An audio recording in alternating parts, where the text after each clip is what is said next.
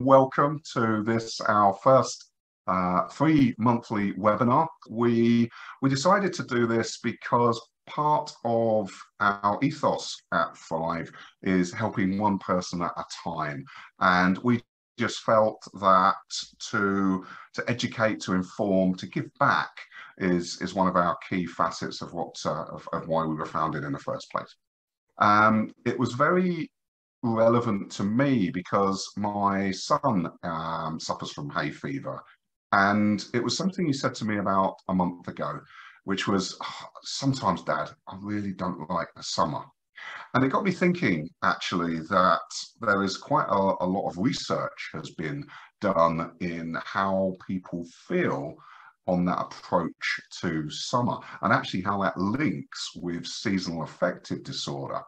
So today's session is really going to be talking about seasonal affective disorder, for those of you who didn't know what that meant, and actually how it affects people in the summer, because a lot of people think that seasonal affective disorder only affects people in the winter months, the shorter nights, that hibernation type of zone, but it can affect people in the summer as well. So what we're going to be doing today is we're going to be having a little look at what seasonal affective disorder actually is, SAD. We're going to be giving you some hints and tips about how it can, how you can get through the summer. And we're not here to solve things, we're not here to make things better per se, but we're here to give you advice and tips that could hopefully you can take away to support yourselves and also to support other people as well. So let's kick off.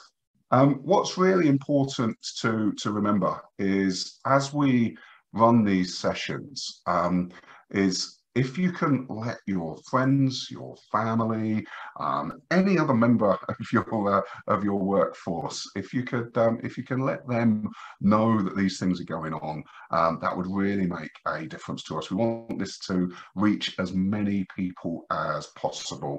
Again, Shezi, who'll be running the Neurodiversity webinars, and myself, who's running the mental health webinars, there will be other members of the Thrive team coming on and doing these webinars, but the idea is to get this message out to as many people as possible. So why do we need to get through the summer? And you heard my son's reason for it is hay fever flares up. He can't walk through a cornfield.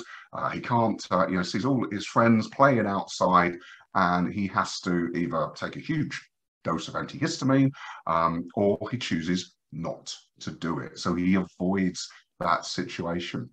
So I'd like a little sanity check, really, if I could.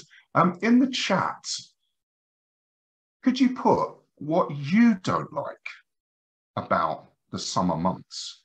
And let's choose from, June, July, August.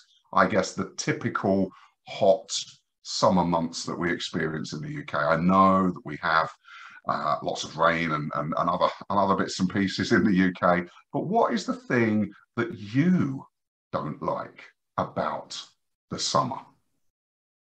Let's have a little look. All right, so we've got the lack of aircon is, some of us, especially when we go on holiday and we go to a European country or US, aircon is standard. It's standard in most shops, it's standard in all the holiday accommodation, and yet in the UK, it's that rare commodity that we need to switch on every couple of months if we're lucky. Debilitating hay fever. Really sorry to hear that, Lisa. The heat when it gets too hot. The weather's actually more unpredictable. Yeah, I mean, when we think back, and we're going to be talking about being in the present versus the past, but I think back into my summers, and they just seem to be one long, hot summer with no rain.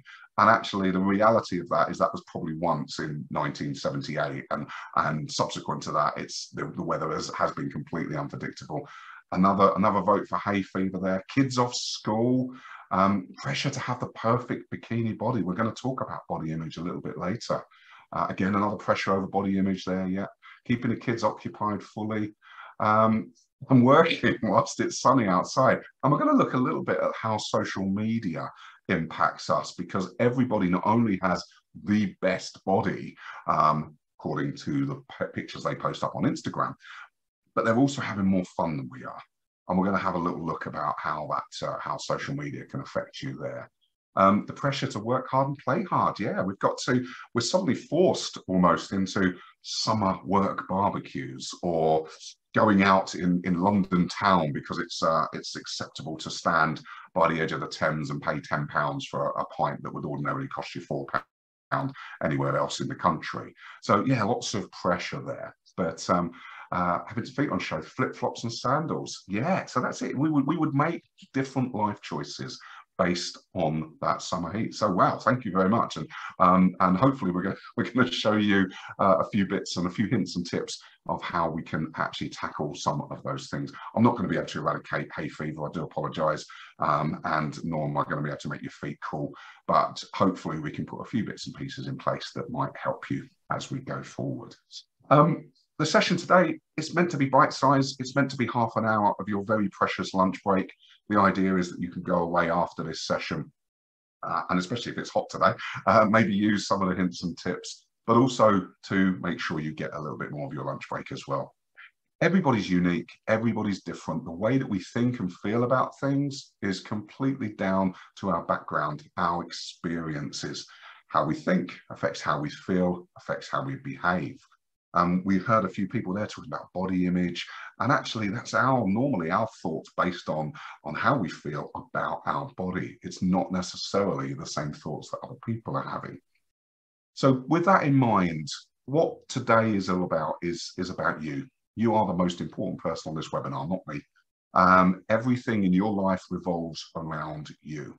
And although we're a virtual room, everything I want to do today is to invoke your well-being.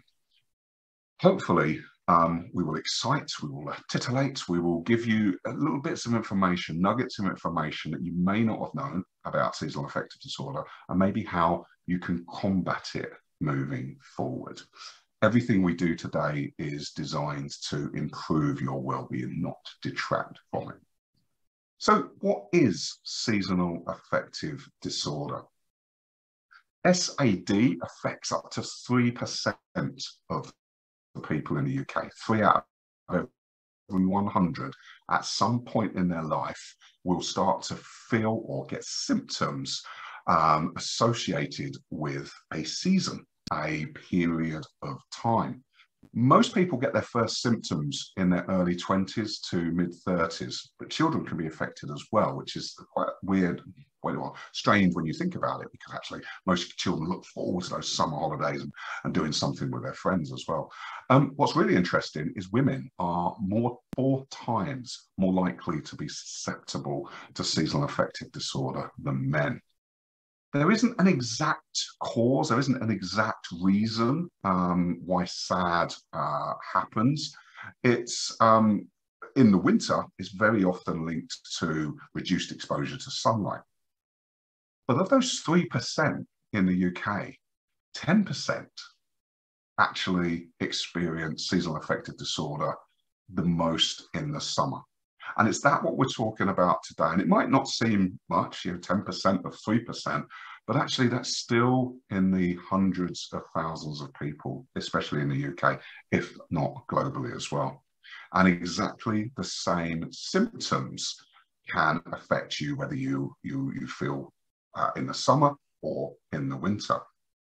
It's about feeling low. It's about not wanting to do your usual activities. And if your usual activities, if you excel at dog walking in the winter, and actually it's too hot or my hay fever's playing up, you might avoid taking the dog out, especially now we have to take the dogs out really early in the morning. And actually that then starts to affect with other routines in your life. It's about losing interest in your usual activities. For a lot of people, it actually is that feeling of hopelessness. Actually, I can't leave the house based on the way that I feel. A lot of people find it difficult to concentrate. That then goes back to one of the comments in the chat, which is actually, everyone's outside. I can hear all these parties going on and I'm having to work or I'm having to stay inside because of the way that the heat makes me feel. A lot of people feel indecisive, difficult to wake up in the morning. We're going to have lots of tips around sleep a little bit later. Losing interest in sex, a loss of libido in men especially, but again, very often linked to sexual desire is that around that depression suite or that overabundance of stress and anxiety in our bodies. And it's also about actually, a lot of people put on weight and then we link that back to those body image issues that we were talking about earlier. There may even be physical symptoms that are associated with SAD as well. Heart palpitations, headaches, especially that sort of feeling of your heart in your throat, aches and pains as well, not just because of the impact of you not going out, not maybe getting exercise, but just that feeling of those hormones and chemicals that are causing that lack of dopamine. That lack of oxytocin, the feeling of loneliness potentially, build up of that glucose and cortisol and adrenaline in your body. Diagnosis, self-diagnosis of SAD is often not a good thing. We do encourage anyone who feels that they are getting down or feeling a level of depression during those summer months to actually go and see a GP. If you do go and visit a GP, the GP will ask you about those symptoms, especially the timing. Is it April? Is it May? Is it June? Is it when the hay fever season really starts? Is that associated with your level of despair, potentially, that worthlessness that creeps up on you? They also will ask you other questions as well about, is there any history of depression in your family? Is there any history of previous examples, maybe in your childhood or in your early teens and adolescence, where you felt similar thoughts and feelings? The good news is the treatment for SAD is comprehensive. A lot of people from seasonal affective disorder are able to deal with it, and we'll talk a little bit more about what some of those are. Today we're really focusing on the ones that you can do to self-help, but obviously if you go to the GP, they can give you a lot more information about lifestyle changes. They can even prescribe antidepressants that really help with seasonal affective disorder, and maybe in certain circumstances, if there's a link to a particular season, maybe it was a holiday trauma that happened that actually reminds you of something around about June, July, we can actually put in place, or a GP can start to put in place talking therapy, cognitive behavior therapy that really has an impact. There's no evidence to say one treatment is going to work for everybody. So what we try and do is we look at the whole of you. What's actually causing you those issues in the first place? Is it a time and place, or is it actually what's going on outside at the moment?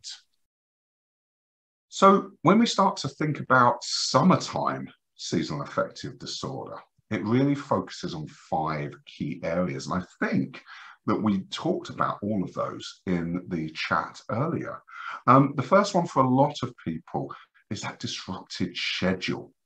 And for anybody who has unfortunately suffered from depression in the past, or maybe have lived with seasonal affective disorder, you probably know that having a reliable routine is key in many cases to staving off those symptoms.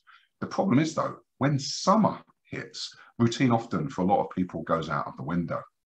And that disruption can be really stressful for people. It could be that you've got young children. And you're suddenly faced with the prospect of entertaining. Teachers and teaching assistants have done some fantastic jobs for the last 6 months, and suddenly we're faced with entertaining umpteen small children. Or actually, you might have children at university, and suddenly they're ending university much earlier than you thought, and they're suddenly back for those 3 months and bringing all of their boxes with them. And maybe you've had that disruption of having to go and pick them up in the first place. And then you start to think about, well, actually, we need to go on holiday. And holidays can disrupt sleep, they can disrupt our eating habits. We tend to think, oh, I've gone away on holiday, I deserve this. But actually, it's very difficult to get that routine in place when you're on holiday, which then further can affect how you're thinking, which affects how you're feeling, which affects those ultimate behaviors, all of which can contribute to what we call summer depression. The next one we look at is body image issues, and that was one that was very key for a couple of people there as well. Temperatures are climbing, layers of clothing fall away. Even if you don't like your legs and you're suddenly forced to wear shorts, you feel terribly self-conscious. You might be embarrassed to go out in a bathing suit. And actually, when a lot of our holidays and or our summer barbecues happen at beaches or in the middle of playing fields, and we can feel so self-conscious that actually the easiest thing for us to do is avoid those social situations at all.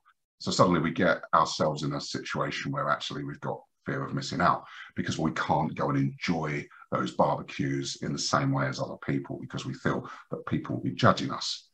Our thoughts affect our feelings, affect our behaviors. So we start to avoid things. We start to get those levels potentially of loneliness as well. And thank you as well. We haven't talked about sort of inanimate or not animate objects suddenly hitting us, such as the flies and all of our food going off and stuff like that. It's a whole different conversation down there. We also have financial worries. Summers can be very expensive. Let's just take the holiday. The holiday, something for a lot of people, they save up all year to go away on holiday, and the extra financial pressure that puts in, and that desire to be maybe, go to somewhere new, offer a new experience to your children. And it could just be the summer holidays. It doesn't necessarily mean you have to go away to Spain or Egypt or wherever, but just the summer holidays themselves. How do you keep your kids occupied? As a working parent, you've suddenly now got to either pay out for a lot of expensive school clubs or summer camps, or you start to use your family and friends more than you would do at any other times when they were at school. These expenses can add to that summer depression that we talked about as well. Also, if we think about the summer we're currently in, we've got a massive rise in cost of living layered on top of everything else. So people are feeling actually more financially strapped, and even to the point of, can I afford to take a holiday? Not can I afford to take a holiday insofar as can I afford to pay for it? But what if I go on holiday? What impact is that going to have on me in August? What impact is that going to have on me in September? We're now thinking from a forward perspective. Does that mean actually I'm not going to be able to eat? I'm not going to have enough food available on my plate in September. So we start to think there's a lot of different factors without us even realizing it. And some of us here might be thinking, well, actually, I know there's a few financial worries.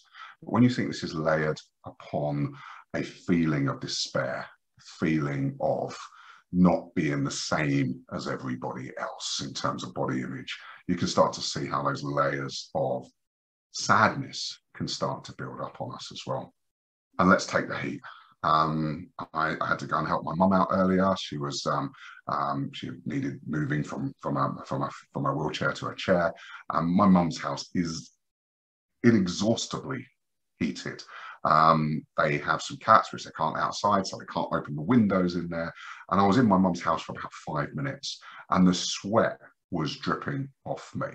And you just think, actually, for a lot of people, especially hay fever, which we'll go on to in a moment, opening the windows isn't an option.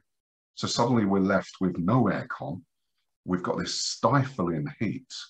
And actually, how does that affect our body? Well, we know when we start to overheat, we sweat. And if we're about to give a presentation or something like that, actually, that body conscious, people can see my armpits, people can smell me. And so we start to get a level of anxiety associated with just being a little bit hotter than we would normally. There are people that love the heat and asthma regularly. Breakfast, lunch, dinner, absolutely fantastic. But start to put different snacks in place, healthy snacks if at all possible. If you keep your blood sugar stable, again, it makes a huge difference to your mood, your energy levels. If you find exercise a challenge, especially in the summer months, especially if your hay fever's flaring up, what about doing yoga in an air-conditioned studio? What about going for a swim, wild swim, or maybe, I know Sophie did some wild swim, but if you do have to have a drink, maybe just have one drink followed by a soda water and lime, followed by a second pint, followed by a soda water. Try and sort of regulate the amount that you have in as well. Being active, though, goes back to the real core of starting to look after ourselves. Even 10 minutes a day increases our mental alertness, our energy, and delivers our positive mood. Try and get out at least once a day, if not twice a day as well. And what are the other benefits? If you can avoid pollen-laden fields, you get the vitamin D from the sunlight, you get that ability to breathe that fresh air, which actually starts to stimulate our thought process.